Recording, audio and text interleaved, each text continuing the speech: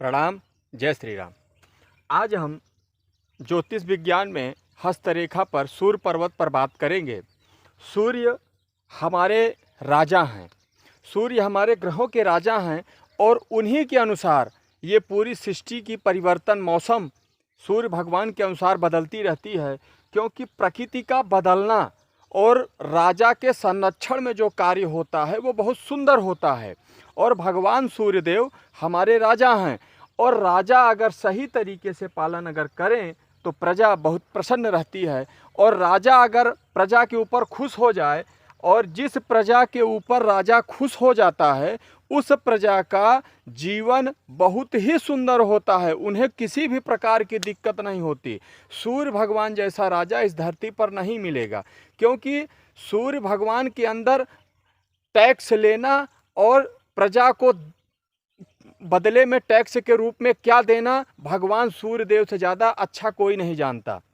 राजा कैसा होना चाहिए, भगवान तुलसीदास जी ने तमाम कई पुस्तकों में लिख डाला है। बरसत हर्षत सब लखें, बरसत हर्षत सब लखें, करसत लखे न कोई। यानी कि जब कर लेते हैं तो किसी भी प्राणी को पता नहीं चलता। भगवान सूर्यदेव जब टैक्स लेते हैं प्रजा से तो किसी को, यहाँ तक कि हमारी अंजुलि से पानी रहता है उस जल को भगवान सूर्यदेव अपने किरणों के माध्यम से टैक्स के रूप में ले लेते हैं और हम लोगों को पता नहीं चलता। ऐसा राजा होना चाहिए। अगर जिस क्षेत्र में ऐसे राजा हो गए, बरसत हर्षत सब लखें, बारिश होती है पूरी प्रजा जानती है, सभी देख रखते हैं, प्रसन्नता से जो फसल होती है सारी प्रजा जानती है। बरसत हर्षत सब लखें, करसत लखे न कोई। जिस समय भगवान सूर्यदेव टैक्स के रूप में जल लेते हैं, जैसे नदियों से, तालाबों से, नहरों से, किसी कूपों से, बताया ना कि हमारे अंजुलि से भी वो टैक्स ले लेते हैं, हम लोगों को पता नहीं चलता। ऐसे राजा होना चाहिए कि बरसत हर्षत सब लखें, करसत लखे न कोई। उसी प्रकार सूर्य भगवान हमारे ग्रहों के राजा हैं। अगर वो खुश हो गए तो हम लोगों पर जब टैक्स लेंगे विपत्ति आएगी पता नहीं चलेगा, अगर वो खुश हो गए तो। अगर वो खुश नहीं हुए तो हम लोगों को दिक्कत आ जाती है। और कैसे पहचाने सूर्य भगवान रहते कहाँ पर हैं, सूर्य पर्वत रहते कहाँ हैं? मध्यमा उंगली के बगल और कनिष्ठिका सबसे छोटी उंगली के, मध्यमा उंगली यानी जो बड़ी उंगली है सबसे बड़ी उंगली, और कनिष्ठिका सबसे छोटी उंगली के बीच में जो उंगली का वास होता है, इस उंगली को, इस उंगली के नीचे कोर पर, यहाँ पर भगवान सूर्यदेव का वास होता है। इस उंगली को अनामिका उंगली कहा जाता है। ठीक, अनामिका उंगली के नीचे भगवान सूर्यदेव का वास होता है। मध्यमा बड़ी उंगली और कनिष्ठिका छोटी उंगली के नीचे जो ये कोर बनता है, इस स्थान पर सूर्य भगवान का वास होता है। अगर सूर्य भगवान उठे हुए हैं, स्पष्ट रूप से अगर उभरे हुए हैं, ठोस हैं, तो ऐसे जातक राजनीति में जाते हैं और उनकी बड़ी अच्छी पहचान बनती है, क्षेत्र में उनका बहुत अच्छा नाम रोशन होता है। और सूर्य भगवान प्रसन्न कैसे होंगे? सबसे सरल उपाय है, राजा को प्रसन्न करना सबसे सरल उपाय है। राजा के अनुसार काम करिए, जिस प्रकार से जैसा राजा हो, जैसा समाज में जैसा राजा हो उस अनुसार बन जाइए। क्या दिक्कत है भाई? अगर राजा सत्यवादी है आप सत्यवादी बन जाइए, राजा चापलूस है आप चापलूस बन जाइए, आप पर कोई विपत्ति नहीं आएगी। लेकिन प्रकृति आपको दंड देगी अगर आप चापलूसी करेंगे, बेईमानी करेंगे। तात्क्षणिक तो आप आनंद पा जाएंगे, लेकिन न्याय के देवता भगवान शनिदेव, क्योंकि पिता सूर्य हैं और न्याय के देवता शनिदेव, इन दोनों से कभी पटती नहीं, क्योंकि वो न्याय के देवता हैं और ये राजा हैं। राजा अपने अनुसार प्रजा को खुश करने के लिए हर अच्छे उपाय करते हैं, लेकिन खुश करने का मतलब ये नहीं कि हम किसी को तकलीफ दे दें। इसलिए भगवान शनिदेव 7.5 के अनुसार आते हैं, अढ़ैया के अनुसार आते हैं और प्रकृति द्वारा दंड दे के चले जाते हैं। उनका काम है न्याय करना। आप सही रहेंगे 7.5 में सुरक्षित रहेंगे, कोई दिक्कत नहीं आएगी। ठीक उसी प्रकार से आप अगर भगवान सूर्यदेव को चाहते हैं वो प्रसन्न रहें, तो उनके वंशज भगवान श्री राम हैं। भगवान श्री राम के शरण में चले जाइए, और जब जिसके शरण में आप चले गए तो उनके पूर्वज अपने आप प्रसन्न हो जाएंगे। श्री राम स्तोत्र का पाठ करिए, रामचरितमानस का पाठ करिए, भगवान सूर्यदेव प्रसन्न हो जाएंगे। इनको ये राजा कभी, राजा पिता समान होता है। राजा के अंश में पिता का अंश देखा जाता है। राजा भगवान का भी स्वरूप होता है, लेकिन पिता अपने पुत्र का अहित कभी नहीं चाहता, अच्छा ही करेगा। राजा कभी भी अहित नहीं करता है, और राजा अगर खुश हो गया तो हमारा काम अच्छा हो जाएगा। तो और सबसे सरल उपाय, यदि हम भगवान बजरंगबली को, क्योंकि भगवान सूर्यदेव बजरंगबली के गुरु हैं, अगर भगवान बजरंगबली को हम प्रसन्न कर लेते हैं तो हमारे राजा प्रसन्न हो जाएंगे और हमारा सूर्य पर्वत मजबूत हो जाएगा और हमारा जीवन सुखमय हो जाएगा। और यदि हम कैसे पहचाने, सूर्य पिता के कारक हैं, बता दिया हूं, और पिता का संबंध तभी अच्छा होगा जब सूर्य पर्वत मजबूत होगा। अगर सूर्य पर्वत पर इस तरह की रेखाएं हैं, ऐसे अगर ये टूटी टूटी रेखाएं हैं सूर्य पर्वत पर, यहाँ पर ये क्योंकि छोटा जगह बन रहा है, ये छोटे छोटे अगर टूटे ये रेखाएं सीधी अगर बनी हैं, ये दिख रहे हैं, टूटी टूटी रेखाएं अगर बन रही हैं, न कि सिंगल एक रेखा, ये इसी तरह से ये टूटी हुई रेखा है, तो ये पहचान है कि उस उम्र में पिता पुत्र का बहुत ही, पिता पुत्र का संबंध अच्छा है, सब कुछ सही है, पिता भी लड़के की बात मानता है, पुत्र भी पिता की बात मानता है, लेकिन उस उम्र में, उस पड़ाव में पिता पुत्र के दोनों के संबंध में थोड़ा दुखमय जीवन आ जाएगा।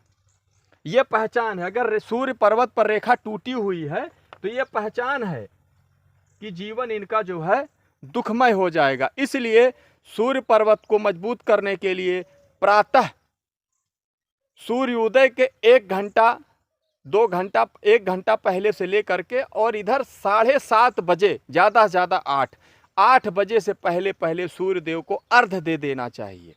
तो इससे हमारे सूर्य पर्वत मजबूत होते हैं और हमारे पिता से संबंध, पिता प्रकाश का स्वरूप होते हैं, प्रकाश दिखाते हैं। जैसे अच्छे विद्यालय में एडमिशन करवाना, अच्छी कहीं नौकरी लगवानी है तो जुगाड़ लगवाना, क्योंकि ये पिता का काम है। क्योंकि अपना ही जो होगा वही इस तरह से प्रेम भाव रखेगा, वो कहाँ से होगा? सूर्य से होगा। और यही अगर सूर्य पर्वत पर कई रेखाएं हैं सीधी सीधी इस तरह से, अगर ये रेखाएं कई एक साथ हैं यहाँ पर सूर्य पर्वत पर, अगर इस तरह से कई रेखाएं हैं, तो इसका मतलब ये हुआ कि ऐसे जातक एक साथ कई काम करते हैं। अब आप एक साथ कई काम करेंगे तो स्वाभाविक है 1-2 काम बिगड़ जाएगा। जिसमें आप माहिर होंगे, जिसमें आप करने की मजबूती से होंगे, वही काम अच्छा होगा, लेकिन अन्य को देखते हुए वो भी गड़बड़ हो जाएगा। तो इसलिए ऐसे जिनके हाथों में सूर्य पर्वत पर कई सीधी रेखाएं रहती हैं, एक साथ वो अनेकों काम करने का प्रयास करते हैं कि ये भी कर लूँ, वो भी कर लूँ, वो भी कर लूँ, लेकिन सब चौपट हो जाता है। इसलिए ऐसा काम नहीं करना चाहिए। उसके बाद अगर यही सूर्य पर्वत पर हृदय रेखा से अगर कोई रेखा सूर्य पर्वत पर जा रही है, तब क्या करेंगे? तो वैवाहिक जीवन जो संकट आता है, कहते हैं वैसे तो दाम्पत्य जीवन के सुखी कारक भगवान बृहस्पति हैं, भगवान गुरुदेव हैं। तो यहाँ पर ये अगर ये हृदय पर्वत से, यहाँ से अगर कोई सूर्य पर्वत पर रेखा जा रही है सीधी, यहाँ से या यहाँ से कहीं से भी हृदय पर्वत से लगी हुई स्पष्ट सूर्य रेखा पर जा रही है, तो ऐसे जातक का विवाह, शुरुआती विवाह कष्टकारी होता है। वृद्धावस्था में इनका वही संबंध बहुत ही सुंदर होता है, बहुत ही अच्छा होता है, बहुत ही गुणकारी होता है। उनका जहाँ देखो वहाँ प्रतिष्ठा फैल जाती है, क्योंकि हृदय मन का कारक, हृदय चंचल होता है और हृदय और मन में बहुत अंतर है। हृदय चंचल होता है, मन और हृदय में वो अलग चर्चा है। अगर उस पर बात करेंगे वो तो लंबी शास्त्रा चली जाएगी। हृदय चंचल होता है और हृदय सूर्य पर, सूर्य पीला आकार का तपता हुआ आग का गोला है और हृदय चंचल कोमल है, और हृदय कोमल और तपता हुआ गोले में जब जाएगा तो स्वाभाविक है भूनना पड़ेगा। तो शुरुआती जीवन इसीलिए कहा गया है कि शुरुआती जीवन, वैवाहिक जीवन अगर हृदय रेखा से सूर्य पर्वत पर जा रही है तो बहुत ही कम सफल होती है, लेकिन वृद्धावस्था में इनका प्रेम अच्छा होता है। शुरुआती में थोड़ा विवाद होता है, दिक्कतें आती हैं। और यही अगर सूर्य रेखा मस्तिष्क रेखा से होते हुए, ये हमारी मस्तिष्क रेखा है, यहाँ पर ये माइंड लाइन रेखा है। अगर ये माइंड लाइन रेखा से अगर सूर्य पर्वत पर कोई रेखा जा रही है, चाहे यहाँ से चली जाए, चाहे यहाँ से चली जाए, चाहे यहाँ से चली जाए, तो ऐसे जातक का दिमाग बहुत ही तेज चलता है। ऐसे जातकों का दिमाग बहुत ही तेज चलता है, वो बहुत ही, यानी कि ऐसे जातक आप ये समझ लीजिए कि जासूस वाले में बहुत अच्छे सफल होंगे। अगर माइंड लाइन उनकी तेज चल रही है ना, और माइंड सूर्य यानी प्रकाश से मैच कर रहा है, इन दोनों जातकों का संबंध इतना तेज चलेगा, जिनकी माइंड लाइन से सूर्य रेखा पर जा रही है उन्हीं का, सबका नहीं। अगर यही मंगल पर्वत से सूर्य पर्वत पर जा रही है, तो ऐसे सेना अध्यक्ष में जाते हैं, तब जासूसी इनकी बहुत सुपर पावर होती है, ये बहुत आगे निकल जाते हैं। और कहीं अगर यही शनि पर्वत सूर्य पर्वत की ओर झुका हुआ है और सूर्य पर्वत भी शनि की ओर झुका हुआ है, तो ऐसे पिता पुत्र का अचानक कहीं ना कहीं विषम परिस्थिति में आत्महत्या भी करना पड़ेगा, क्योंकि शनि न्याय के देवता हैं और भगवान सूर्यदेव राजा हैं। राजा अपने प्रजा को खुश रखेगा, चाहे अच्छे से रखे, जिस प्रवृत्ति की होगा प्रजा उस प्रवृत्ति में वो प्रसन्न होना चाहेगा, तो हमारा राजा आपको प्रसन्न रखेगा। लेकिन प्रकृति आपको दंड देगी, क्योंकि आपने अच्छे बुरे का ध्यान नहीं दिया, आपने प्रसन्नता के लिए किसी का नुकसान किया और अपना लाभ लिया। लेकिन शनि भगवान को ये दिक्कत होगी, वो छोड़ेंगे नहीं। इसीलिए भगवान शनिदेव और भगवान सूर्यदेव में तालमेल नहीं बैठा। अगर यही शनिदेव सूर्य की तरफ झुके हुए हैं या सूर्य शनि की तरफ झुके हुए हैं, तो इन दोनों में फाल्ट होता रहेगा, ये कभी एक साथ बैठ ही नहीं पाएंगे पूरे जीवन काल में।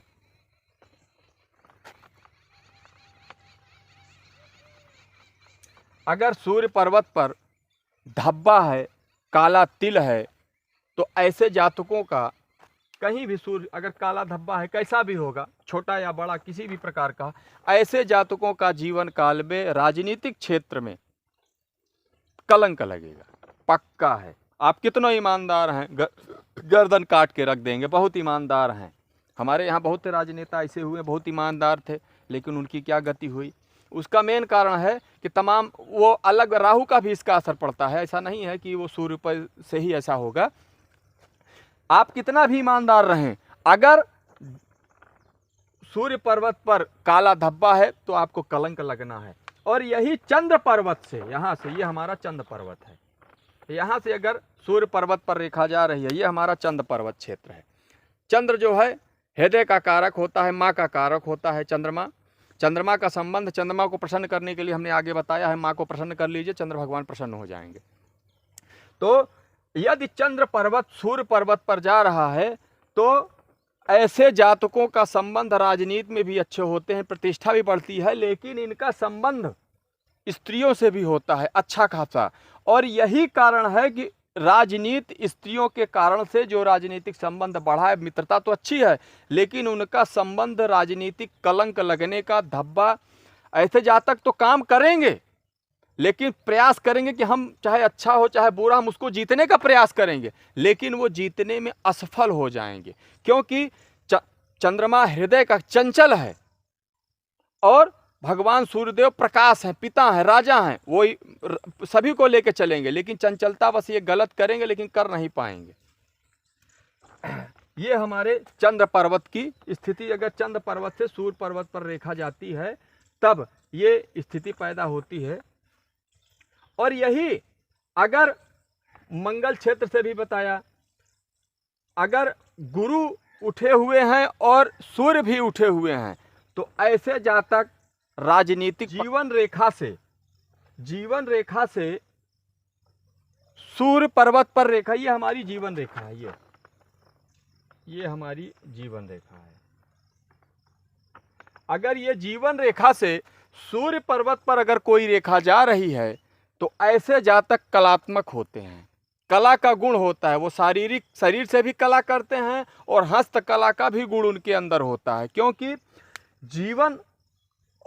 जीवन का पूरा जीवन संपूर्ण प्रकाश से संबंधित है। तो वो प्रकाश कहाँ से होगा, कला से उत्पन्न होगा। तो वो कला करेंगे, तो कला का संबंध अगर जीवन रेखा सूर्य पर्वत पर जा रही है, तो ऐसे जातक कला के क्षेत्र में आगे जाते हैं। और यही सूर्य पर्वत अगर बुद्ध पर्वत की ओर झुका हुआ है, यानी ये सूर्य पर्वत और ये बुद्ध पर्वत, छोटी उंगली के ठीक नीचे जो पर्वत है, इसको कनिष्ठिका भी बोलते हैं। तो यहाँ इस क्षेत्र को बुध पर्वत, अगर ये सूर्य रेखा, ये हमारा सूर्य है और इस तरफ अगर बुध की तरफ झुका हुआ है, तो ऐसे जातक व्यापार के क्षेत्र में बहुत ही सुपर पावर नाम कमाते हैं, बहुत ही अच्छा व्यापार कर जाते हैं और जीवन उनका व्यापार की वो बहुत ऊंचाई पर जाते हैं। इतनी ऊंचाई पर अगर ऐसे झुका हुआ है, तो अगर बुध या सूर्य एक दूसरे को संपूरक है, झुके हुए हैं, या सूर्य पर्वत बुध पर्वत की ओर झुका हुआ है, तो ऐसे जातक व्यापार में बहुत ही अच्छा नाम रोशन करते हैं। जिन जातकों का सूर्य उभरा हुआ है, पोर अच्छा है, गुलाबी लिए हुए है, तो ऐसे जातक खर्चीले होते हैं, वो खाने पिलाने में आगे आगे रहते हैं। ऐसे जातक अपना मतलब कि दूसरों का कम खाते हैं, वो अपना ज़्यादा खिलाते हैं, क्योंकि सूर्य राजा हैं और राजा जो होते हैं वो प्रजापालक होते हैं, वो दूसरे का नहीं खाते। राजा किसी का नहीं खाएगा, अपना स्वतः दूसरे का खिला देगा, क्योंकि वो प्रजापालक है। अगर यहीं पर स्टार बना हुआ है, सूर्य पर्वत पर स्टार बना हुआ है, तारा बना हुआ है अगर सूर्य पर्वत पर, तो ऐसे जातक बहुत ही भाग्यशाली होते हैं। जिन जातकों के सूर्य पर्वत पर स्टार बना हुआ, स्टार कहाँ बनेगा, तारा कहाँ बनेगा, जो भाग्यशाली होगा उसी के पास तो स्टार होगा, नहीं किसके पास होगा। और वो भी राजा को स्टार मिल गया तो भाग्यशाली नहीं हुआ। तो अगर सूर्य पर्वत पर स्टार बना हुआ है, तो ऐसे जातक बहुत ही भाग्यशाली होते हैं, ऐसे जातक भाग्य के बहुत तेज होते हैं। अगर यहीं पर त्रिशूल बन जाए, सूर्य पर्वत पर त्रिशूल बन जाए, तो क्या होगा। और ये रहा इस तरह का, या किसी भी प्रकार से अगर सूर्य पर्वत पर त्रिशूल बन जाए, यहाँ पर त्रिशूल बन जाए, तो ऐसे जातक बहुत ही लकी होते हैं। जो वो नहीं चाहेंगे उनका वो लाभ मिलता जाएगा, जिस चीज को वो कामना नहीं करेंगे वो उनको मिल जाएगा। अगर ऐसे चिन्ह बने हुए हैं सूर्य पर्वत पर, अगर त्रिभुज बना हुआ है,